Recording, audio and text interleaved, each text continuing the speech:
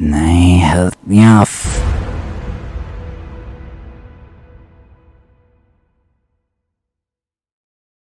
Are you feeling it now, people? Welcome back to the Home Alone cast. And I'm your host, KeanuKnowsAll, because yes, sir, Keanu Reeves really does know all. So, in last episode, we talked about the basic tragedy of the Waco massacre, which is chronologically the last part of all these events taking place. And right now, in episode 4, I'm going to talk to you about Waco, Texas Part 2, but this is going to be the way before.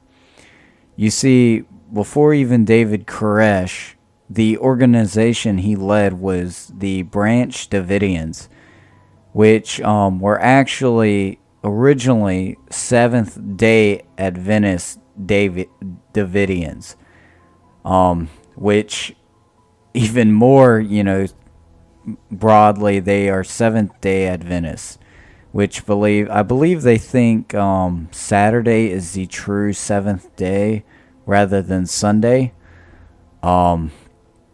It's kind of weird how they go on that.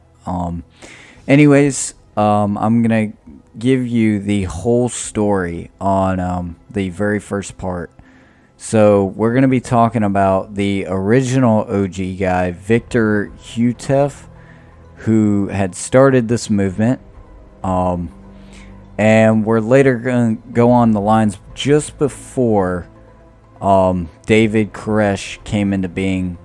Right after Hutef was Benjamin Rodden. And we're just going to talk about how exactly that impacted the whole system here. Not how it triggered the Waco massacre, but how exactly they kind of lived, I would say. So, anyways, let's get started.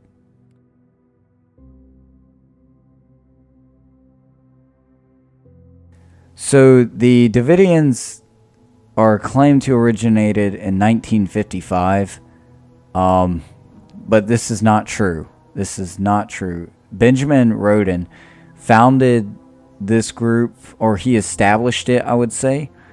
But Victor was really the extreme original foundation in 1935.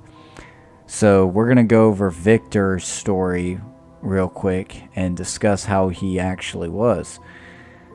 Victor Hutef was the original founder, of course, of the Seventh-day Adventist Davidians, aka what he claimed the Shepherd's Rod. He was a Bulgarian immigrant who came to the U.S. in 1907, and he worked hard as a grocer, and I believe as a trade, he was a merchant, I believe. But he didn't come here to the U.S. because he wanted to. He was actually forced to because of the mob's hands and his family tie-ins with it. So yeah, he was forced to come to the United States. Anyways, later on in the Roaring 20s, when he would get enough money, he would actually start his own business and move to California in efforts to, make more money a little bit. And eventually, just before that, though, he would become a strict Seventh-day Adventist in 1919. So just right after, a year later, he would move to California. He also became a teacher for the Sabbath school in the 20s, and he continued to teach school, but would get deeply devoted to the teachings of Ellen G. White, who was the wife and co-founder of the Seventh-day Adventists. I think it was Joseph White, if I'm not mistaken. But she was the co-founder of the Seventh-day Adventist Church, which is pretty neat. It's a woman, and women at that time were not really in power. So it's kind of funny how she, was empowered with this. I mean, a co-founder. In 1929, this is the later 20s. I'd say this is the time of the Great Depression, or the beginnings of it. Utef later wrote the Shepherd's Rod, which was kind of a book. It was kind of a writing of a bunch of doctrines, but it primarily caused a lot of controversy in the church. And the reason why is because he claimed that the great multitude and that the 144,000 witnesses were actually strict Adventists, the Seventh-day Adventists.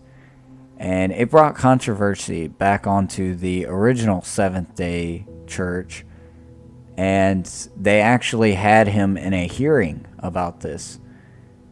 And it ended up with the church not giving a stand, really, not giving an opinion on this. However, they did show disagreement with this.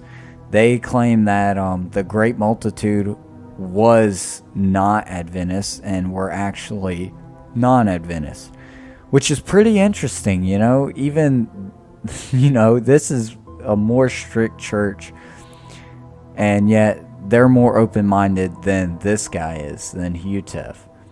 So yeah, I'm pretty psyched about this, learning about this guy, because for a belief that Seventh-day Adventists are pretty strict on how they believe things, yet they're more open-minded than this. But anyways, after the hearing, he would later on go to Texas and build a small country community, and also in headquarters.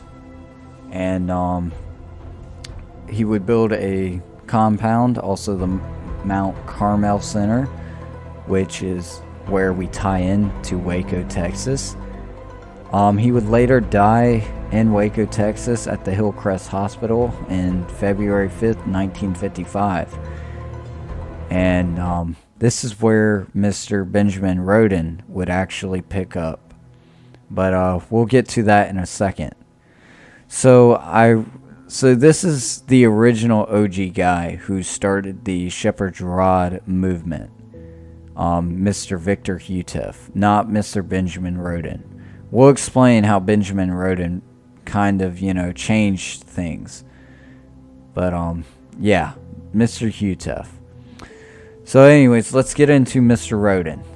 Mr. Benjamin Roden. He was, he's originally Jewish descent, and he basically became a Judeo-Christian, which is what I am.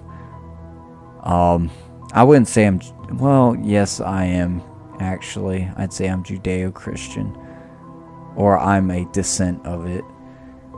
But he was originally Jewish, actually a professor of Christian thought, Mr. Kenneth Newport, sourced and claimed that he brought in his Jewish values alongside his Christian beliefs in the 1940s. And, of course, more specifically, he claimed that I think he brought a good bunch of Jewishness into his Christianity. That was the actual quote. So yeah, it's pretty interesting, how he was for his early beginnings. But also in the 1940s, the Rodens, him and his wife, another claim, before we get into that, another claim is that he actually became a Christian whenever he got married, which is pretty interesting as well. But later on in the 1940s, him and his wife would become very influenced by the Shepherd's Rod movement, and they would visit for several months in 1953 and later on in 1955, which is where we pick up to Utef's death. And a lot of the leadership actually claimed that he would become an elder and actually the leader of the whole movement, but it was actually Victor's wife, Florence, who would continue Victor's movement. However, though, this is where it actually splits. Roden actually believed that the movement was not going strong enough, and that the shepherd's rod really need to progress in a stronger like fashion. And this is stated, but there's no credible source to this. It's actually just stated that the Lord commanded him to write a letter, and that whenever he wrote this letter, he wrote, "Get off the dead rod and move on to the living branch." And Victor himself claimed that he said that these weren't his words and he couldn't sign it. So the Lord told him to sign the branch at the bottom. And this is where we come to the Branch Davidians, which is it's pretty cool how even a smaller branch splits up. Anyways, in efforts in saying all this, he taught this in his own church. He also renamed his church to the Branch, and a lot of people followed him. Actually, a lot of the members that Florence Hutef had led actually left her and followed him. So he pretty much took Mount Carmel. He took all of Waco, actually. And he also taught that the Branch was a new name for the church, and it, of course, I said, led to the Branch Davidians. Sorry for repeating. Oops. Roden also died in October 1978, where Louise, his wife, would continue the sect until the rise of David Koresh in the mid-1980s. So yeah, that's where it kind of ends off until David joins in. However, there are some theories I would love to discuss, and then I would discuss my beliefs with it. So, the theories for David Roden is stated that one of the Roden's doctrines had claimed that on October 22nd, 1944, the Trinity, God, Jesus, the Father, the Son, and the Holy Spirit, would move from their throne in the universe to the throne of the judgment room in order to fulfill a prophecy based on how they judge people's deeds to determine their rewards and punishments. Also, people claim that Roden he mainly proclaimed himself that he was King David's successor. Now, with that being said, I have a lot to discuss on this. First off, Victor Hutef, with what he had claimed about the Great Multitude. As funny as it is, I actually don't stand with him on that. I stand primarily with the church on that, because I do believe that it is not just Adventists. These are really specified things on how they want you to live and all. And whereas I do believe it is kind of a more strict, more narrow-fashioned way of life, I do not believe that you can just concern it to one denomination. And the reason why is because I don't even believe that these denominations are even close to what God believes in, what even Jesus believed in. I don't. I believe the early church is probably going to be your closest because the disciples actually followed him. And you can't split off from that. You can't. And that's what a lot of people forget to think about. Although I do believe that there are ways of how they live that are right, very narrow-minded and conservative, I don't believe still, though, that what they believe in is exactly right. So yeah, I do disagree with Houghton there. or Hutef, my bad. As for the theories with Rodin, I don't believe he is a successor. No freaking way. Even though I do like how he was a Judeo-Christian, that is very, very interesting. I still don't believe he's a successor. I believe Jesus Christ is the successor of King David. Actually, well, I actually believe he was before King David and also after, which is very interesting on my own behalf. I would explain that to you another time, but I still don't believe he was the successor to King David. Also, I really don't know about the 1944 thing with the Trinity moving their throne. And the reason why is because I'm very skeptical on how he believes this. First off, he says that they judge people's deeds to determine their rewards and punishments. This right here, I cannot disagree anymore on. And the reason why is because I do believe that whatever you do on this earth, it'll come to show in the judgment throne. But I do not believe that deeds determine everything. I believe it determines only a small portion. I think that the tests that you go through from God determine that large proportion. And that is because belief, faith, and hope. Oops, my bad. Beliefs, faith, and hope are your main priorities there. Just because a pastor, donates a lot of money to the church doesn't mean that he can just go off and screw some woman and cheat on his wife. So that's where I hold the skepticism. And sure, he may have not done that to his wife, and he may, really do believe in God, but he needs to see that it's not just deeds that determine it. It's a lot more than that.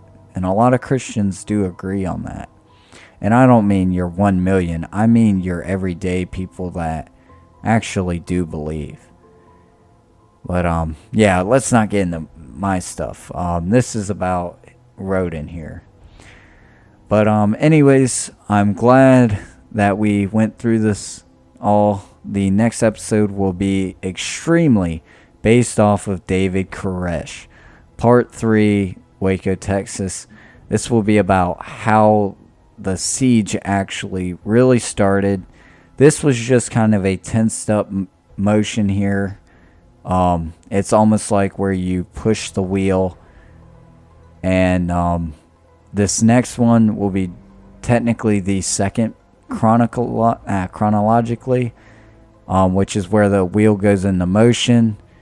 And of course, I already went over the siege where the wheel had stopped. So, yeah. Anyways, remember to subscribe to the channel. Also, please like if you can, share the support. Also, comment down below any conspiracy theories you want me to discuss and spread out. There's a whole lot I've been wanting to discuss.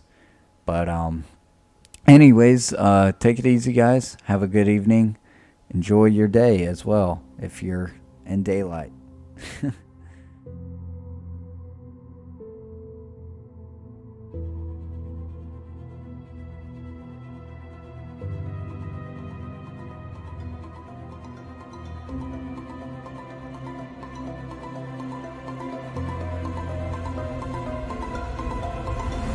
Nej, ja.